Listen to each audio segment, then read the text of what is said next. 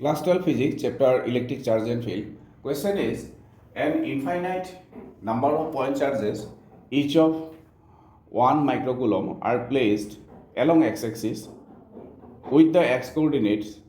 1, 2, 4, 8 and so on. Then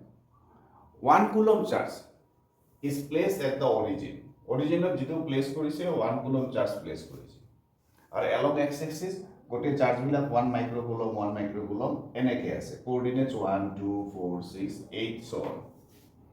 Then what's the net force acting on the charge 1 coulomb you have to find out.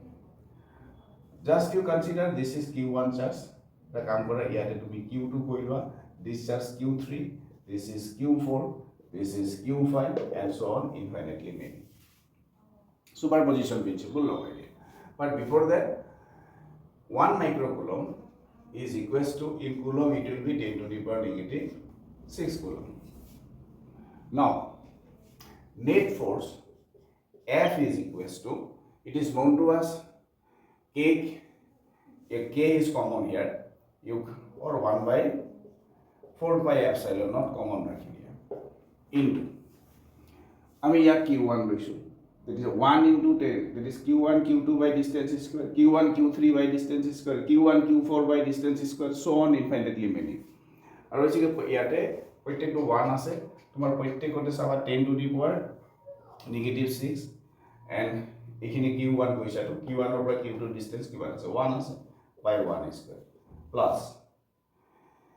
again 10 to the power negative 6 by distance square, from here this is 2, so 2 square plus next the force between q1 and this is q4, q1 and q2, q1 and q3, q1 and q4 ৰ মাজত এটা তোমাৰ কিমান হ'ব, এটা 1 microcoulomb মানে 10 to the power negative 6 আর এটা 1 কুলমে আছে, q1 মানে 1 কুলম আছে তোমালোকৰ ডিভাইডেড বাই কি ডিসটেন্স স্কয়াৰ, এবাৰ ডিসটেন্স কিমান চাবা 4 স্কয়াৰ কিন্তু তো ইয়াতে 4 স্কয়াৰ প্লাস আৰু এটা লিখি দিছো মই, এইটো যদি কনসিডাৰ কৰা 10 to the power negative 6 distance এবাৰ কিমান আছে তোমাৰ ইয়াৰ পৰা ইয়ালৈকে ডিসটেন্স তোমাৰ সৰি এইটো 6 নহয় এইটো 8 আছে দেই 2 4 8 এবিলা কোঅর্ডিনেট দিয়া আছে তো 8 স্কয়ার প্লাস so on. এইটো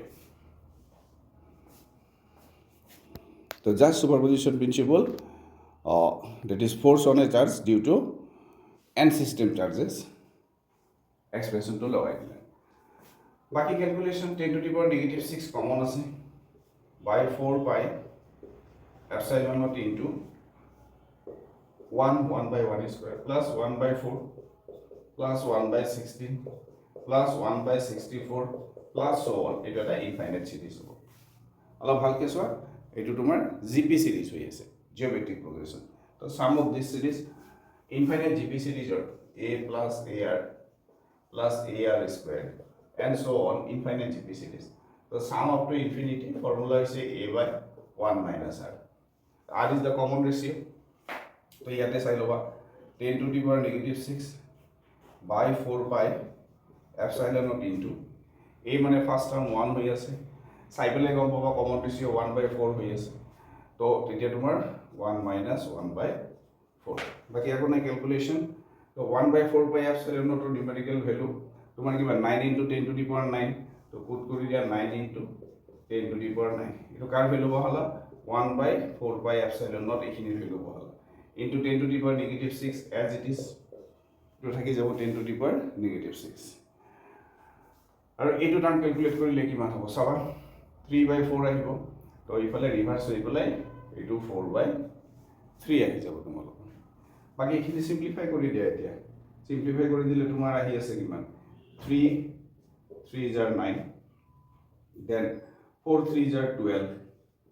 into 10 to the power 9 minus 6 তিনটা 0 আহিব 1 2 3 তার মানে ইকুয়াল টু 12000 এসআই ইউনিট কি হ'ব যেটো ফোর্স নিউটন। তো তোমার টোটাল ফোর্স বা net force acting on the charge 1 coulomb which is placed at the origin is your 12000 newton due to all the charges কোনটা কিবা যার কোঅর্ডিনেটস অফ দ্য চার্জেস দিয়া আছে এক্স এক্সিসৰ ওপৰত প্লেস কৰিছিলে with x coordinate 1 2 4 8 and so on, আৰু তোমাৰ 1 মাইক্ৰোকুলম আছিলে 1 মাইক্ৰোকুলম মানে 10 to the power negative 6 লৈ পেলাই এক্সপ্ৰেশ্যন এইটো ফৰ্মুলা মনতে আছে এপ্লাই কৰি দিলা অপশ্যন আছে চোৱা 12,000 নিউটন অপশ্যনটো মেচ কৰি লোৱা কোনটো অপশ্যন কাৰেক্ট